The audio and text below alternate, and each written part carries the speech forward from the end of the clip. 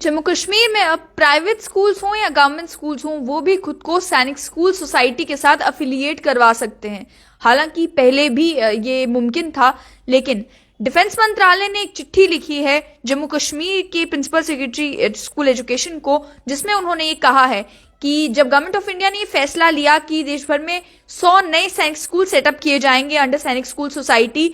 Affiliation basis पर, जिसमें इन schools को, जो प्राइवेट स्कूल्स हो या सरकारी स्कूल्स हो, जब वो खुद को अफिलिएट करवाएंगे सैनिक स्कूल सोसाइटी के साथ, फिर उन्हें सैनिक स्कूल के स्टैंडर्ड की ही एजुकेशन बच्चों को देनी होगी। सैनिक स्कूल के जो कुछ नॉर्म्स हैं उन्हें भी फॉलो करना होगा, चाहे फी रिबेट की बात हो या यूनिफॉर्म की बात हो। जो स्टैंडर्ड सैनिक स्कूल मेंटेन करके रखते हैं वो स्टैंडर्ड्स मेंटेन करके इन स्कूल्स को भी रखने होंगे। इसमें जो है मिनिस्ट्री ऑफ डिफेंस भी उन्हें असिस्टेंस प्रोवाइड करेगी, सैनिक स्कूल सोसाइटी भी उन्हें असिस्टेंस प्रोवाइड करेगी। और ये ओपन एप्लीकेशन कर दी गई थी कि अलग अलग, चाहे वो प्राइवेट स्कूल्स हो, एनजीओ रन स्कूल्स हो, स्टेट गवर्नमेंट रन स्कूल्स हो, वो अप्लाई कर सकते थे अफिलिएशन के लिए सैनिक स्कूल सोसाइटी के साथ। इससे होना यही था कि सैनिक स्कूल में जिस तरीके की एजुकेशन प्रोवाइड की जाती है, और आप भी जानते हैं हर साल जब एडमिशन खुलती हैं तो सैनिक स्कूल में एडमिशन के लिए बच्चों की भी होड़ लग जाती है। इस वजह से ये कहा गया था कि अब सैनिक स्कूल अफिलिएटेड स्कूल्स होंगे, जो सैनिक स्कूल से डिस्टिंक्ट आइडेंटिटी होगी, लेकिन क्योंकि सैनिक स्कूल अफिलिएटेड होंगे तो उसमें स्टैंडर्ड ऑफ एजुकेशन वैसा ही होगा, वैल्यू बेस्ड एजुकेशन दी जाएगी बच्चों को, डिसिप्लिन उस तरीके का बच्चों में इंपार्ट किया जाएगा। इस वजह से ये एफिलिएशन का प्रोसेस जो है वो open for private schools and government schools कर दिया गया था। लेकिन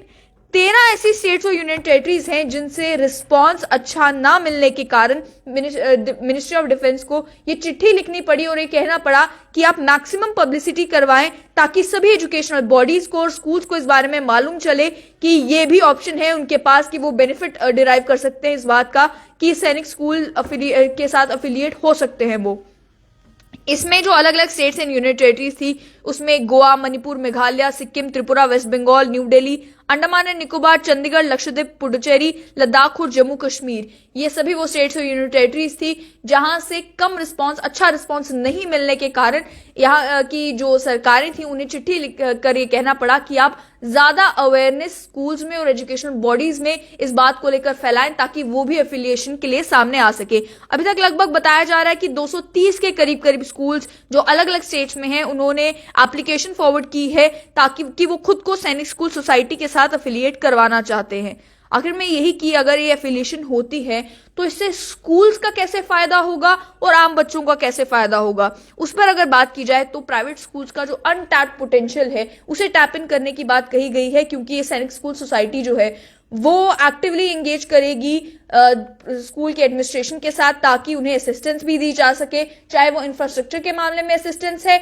या जो उनका सिलेबस बनाना है, करिकुलम उनका जो है उसे बनाना है और अन्य एस्पेक्ट्स है उनमें भी मदद करेगी सैनिक स्कूल सोसाइटी। ये भी कहा था कि 5000 के करीब करीब स्टूडेंट्स जो है इन 100 नए अफिलिएटेड स्कूल्स में क्लास 6 में एडमिशन लेंगे। और ये भी कहा गया था कि जो प्राइवेट अफिलिएटेड स्कूल्स हैं वो सैनिक स्कूल, उनका नाम बदलकर सैनिक स्कूल नहीं हो जाएगा, वो एक डिस्टिंक्ट आइडेंटिटी होंगे, लेकिन उनकी अफिलिएशन जो है वो सैनिक स्कूल सोसाइटी के साथ होगी। गवर्नमेंट डिसीजन का इंपैक्ट ये पड़ेगा कि एजुकेशन सिस्टम में एक्सपेक्ट ये किया जाता है सैनिक स्कूल से कि वो एकेडमिकली स्ट्रांग बच्चे तैयार करते हैं जिनमें डिसिप्लिन भी होता है, वैल्यू बेस्ड एजुकेशन दी जाती है, स्किलफुल होते हैं वो बच्चे, कल्चरली अवेयर होते हैं और इंटेलेक्चुअली एडेप्ट होते हैं। वेल राउंडेड सिटीजन तैयार करने का काम जो है वो सैनिक स्कूल सोसाइटी करती है। और आप सैनिक स्कूल की अगर बात की जाए, इस चिट्ठी में भी ये लिखा गया है कि एक ऐसा सिस्टम तैयार किया जाएगा इस एफिलिएशन के द्वारा जिससे एकेडमिक रिगर हो और डिसिप्लिन हो, उन सबके साथ साथ वैल्यू बेस्ड एजुकेशन बच्चों को दी जाएगी, जिससे वो अपने कल्चर में भी प्राइड लेंगे और साथ ही में अपने नेशन की हेरिटेज में ऐड करेंगे। तो ये कहा गया था। और उसके साथ साथ में आम लोग बच्चों की अगर बात की जाए, इस स्कीम के तहत जब ये नए एफिलिएटेड स्कूल्स होंगे उसमें फी सपोर्ट भी दी जाएगी स्टूडेंट्स को। 50% जो फीस होगी जिसकी अपर लिमिट 40,000 पर एनम रखी गई है, या 50% जो क्लास स्ट्रेंथ है उन्हें असिस्टेंस, फाइनेंशियल असिस्टेंस दी जाएगी, एनुअल फी सपोर्ट दिया जाएगा क्लास 6 से क्लास 12 तक। अभी भी एस्टिमेट ये लगाया जा रहा है कि इस फी सपोर्ट के लिए मैक्सिमम एक्सपेंडिचर जो है वो 20 लाख पर क्लास पर स्कूल पर ईयर के हिसाब से किया जाएगा। रिक्वायरमेंट स्कूल से अब आखिर क्या है कि क्या चीजें एक प्राइवेट स्कूल या एक सरकारी स्कूल में होनी चाहिए जिसके बाद जाकर वो अप्लाई कर सकते हैं और उनके अप्रूवल के चांसेस जो है वो ज्यादा होंगे। पहली बात ये कि वो स्कूल जो इंटरेस्टेड है एफिलिएशन के लिए, उनके पास एडुक्वेट इंफ्रास्ट्रक्चर होना चाहिए, जमीन होनी चाहिए, बिल्डिंग्स होनी चाहिए, स्पोर्ट्स फैसिलिटीज होनी चाहिए, और उसके साथ साथ में बोर्डिंग फैसिलिटीज को लेकर ये कहा गया है कि हॉस्टल्स ना भी हो, रहने की जगह ना भी हो, लेकिन एक रूटीन फॉलो करना होगा इन स्कूल्स को जिसमें 10 आवर्स पर डे स्टूडेंट्स को